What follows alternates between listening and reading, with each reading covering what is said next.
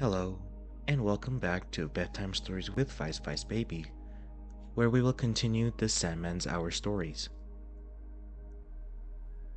The Star and the Lily. Once there bloomed in a garden a beautiful white lily, on a long stalk so tall that she towered over all the flowers that bloomed near her. Of course, the sunflowers at the back of the garden were much taller, and the hollyhocks that grew in front of the sunflowers were taller too, and also the sweet peas. But they were not near the beautiful lily. Beside her bloomed pansies and poppies and many other beautiful flowers, but they were not so tall as the lily. A rose bush growing near the lily noticed that she drooped and did not look as happy as usual one morning, and she asked what happened. "Oh, I am thinking of someone I love," answered the lily with a sigh. "That should not bring a sigh or make you look sad, my fair friend," said the rose. "Love would make you happier than anything else in the world." "Yes, I suppose it would," answered the lily. "But my love is so far away, I'm not sure I am loved in return." "Oh, immodest lily," said the rose. "I thought you the most modest of all of us, and here you are in love with someone you do not know. Tell me about it, do," said the rose, alert with interest. "I will tell you, dear rose," said the lily, "and perhaps you can tell me how to win the love of my beloved, or how I can overcome my greatest love for him." "I will do anything I can for you, my dear," said the rose, "but do tell me quick all about your love story." "One night," began the lily, "when everything was quiet in the garden and all the other flowers were fast asleep, I happened to raise my head and open my petals. The moonlight was streaming over the garden, and I looked around at all the sleeping flowers and wondered how I happened to awake at that hour, when, looking up to see the moon in all her splendor, I beheld a beautiful star looking down at me. At first I thought it was looking at the whole garden, but then I knew all the others were asleep, and I must be the one it was smiling at, for it twinkled and brightened as I gazed at it. I lowered my head and shyly looked again, and still the star was looking, and every time it saw me, raised my head, it would twinkle a smile at me. The next night I wanted to make sure it was I that the star really smiled at, and when it was bedtime, I only bowed my head and did not sleep. Then, when the garden was still, and I was sure you all slept, I again raised my head and saw my star smiling straight down at me. This time, I was sure I was the only one that the star could be smiling at, and I raised my head and opened my petals and let the perfume of my heart go up to him. And I did not feel that I was bold, for we were all alone, and he smiled down upon me, his love for 2 nights. But now I am sorrowful, for it is day, and I cannot see my beloved. He seems only to show his love for me at night. What shall I do, dear rose? Am I not strong enough to stay awake all day and all night too? Soon I will die if I do, and yet I cannot live if I do not see my star each night. That is why I sigh and look so sad, for I might sleep all night sometime, and my star will think I do not love him." The rose shook her head. "I cannot advise you, my friend," she said. "You are in love with someone far above you, and are not even sure you are loved in return. Be wise and sleep through the night as the rest of us do, and give up on this uncertain lover." But the lily only drooped her head and sighed, and that night looked for her lover again. But the sky was dark, and no bright smile greeted the poor lily.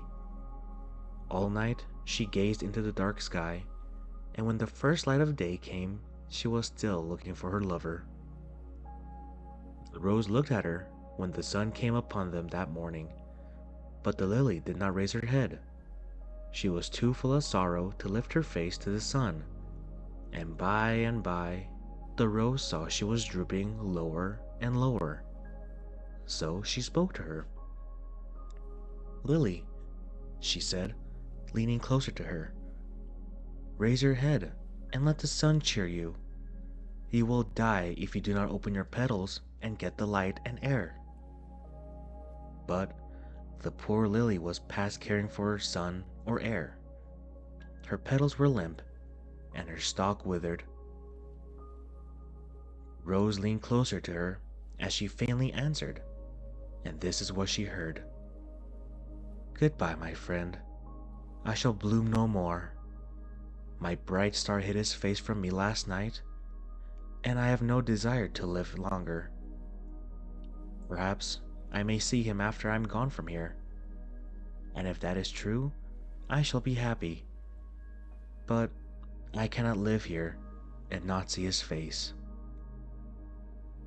The wind blew through the garden just then and took the lily from her stem, scattering her petals far out of the garden. "Poor lily," murmured the rose. "She went the way we all will go. But her heart was broken and she died before her time. If she had only looked for love here in the garden, instead of looking so far above her, she might be blooming now. Poor lily." Lazy Gray.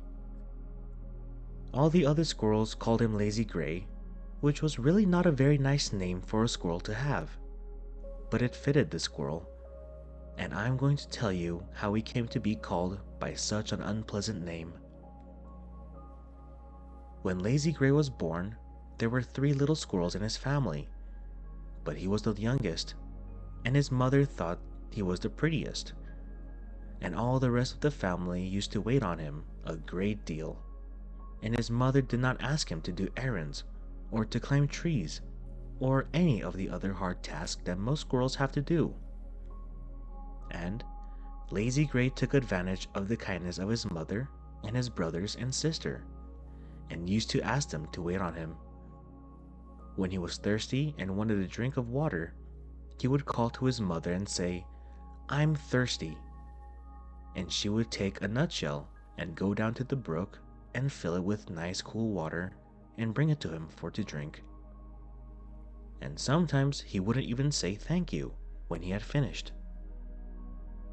And he used to make his brother go long journeys through the woods to get a particular kind of nut of which he was very fond. And if they happened to bring him one that was not good, he would find fault with them and tell them they did not know good nuts from bad ones. All through the summer, he fooled away his time sleeping and lying in the sun, and never a single nut did he gather for himself. But when fall came and his 2 brothers were taken ill, his mother said that he would have helped her gather nuts, because she could not gather enough to last the whole family through all the long winter. Lazy thought it was very hard that he should be called upon to work for his brothers even if they were sick, and he complained very bitterly about how hard it was for him to climb trees all day and store nuts. Whenever he could, he stole away and lay down behind a rock and kept hidden until his mother came and found him. And then she would tell how when it got cold and there was snow all over the ground and he was hungry, he would wish that he had been a good squirrel and had gathered the nuts while he could. But he did not believe her and said, "Oh, I have gathered all the nuts I shall want and am not going to work any more." And then he would go to sleep again. Weeks passed by, and it grew colder and colder, and the snow came, and all the squirrels began to draw on their stores of nuts.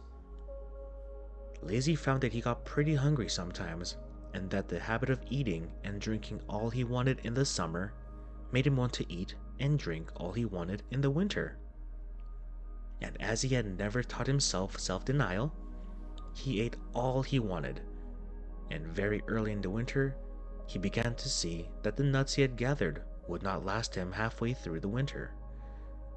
Almost before he knew it, his whole store was exhausted, and he had nothing to eat. Then, he asked his mother to let him have some of the nuts that she had gathered, and being a kind mother, she let him have just as many as she could, but she still had to keep some for his sick brothers. When she would not give him all he thought he would ought to have, he decided he would go over a neighboring tree and ask a squirrel over there for some of his nuts. And for weeks he went from one tree to another begging nuts, until every squirrel in the wood hated to see him coming, for they knew he was going to beg food that he should have gathered for himself. At last he became so much of a nuisance that all the squirrels in the wood held a meeting and decided that each one of them would give 2 nuts to Lazy, as they now all called him, and that he would have to live for the rest of the winter on the store they contributed, or else starve. When Lazy saw that a small store of nut he would have lived upon until spring, he was frightened, for he had eaten almost as many nuts as there were there in a week. But he knew he had to make them last, so he ate very sparingly, and his sides began to be less plump and his cheeks less full.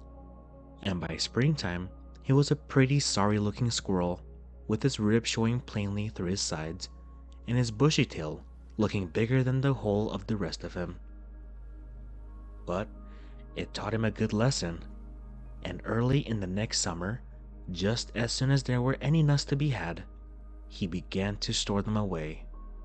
And when winter came again, he had a big hole in the tree filled full, and his mother was much pleased.